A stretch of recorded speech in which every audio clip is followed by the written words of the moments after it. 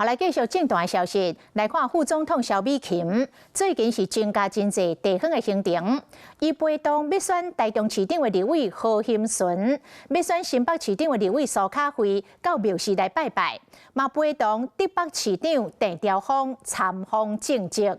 因为这三个人的关系，那边也未整合成功，自然来引发着联想，敢讲萧美琴已经启动着类府选的行程了。苏巧慧是回应讲，萧美琴过来行行的，一定是非常的加分。树林监工赞不赞？徛做伙比战11月中，副总统萧美琴甲民进党立委苏巧慧做出席新北像那公庙活动。萧美琴嘛利用这个机会替苏巧慧竞选新北市长赞声。他有他爸爸冲的魄力，同时他也有属于他自己的温暖和细心。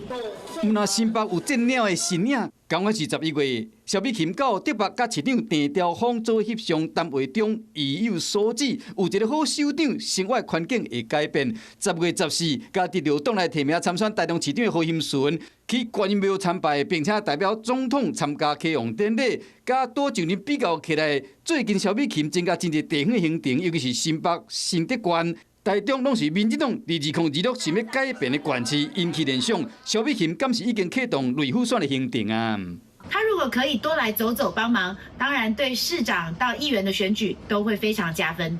历年人选提早起步，那北合作上划到明年3月才会去讲到2026的提名机制。那赢新北人选除了台北市副市长李树川被点名，新北市副市长刘浩仁嘛有意要争取。民进党主席黄国昌早已经表态要参选啦。新立关部分那赢嘛陷入3抢1的局面。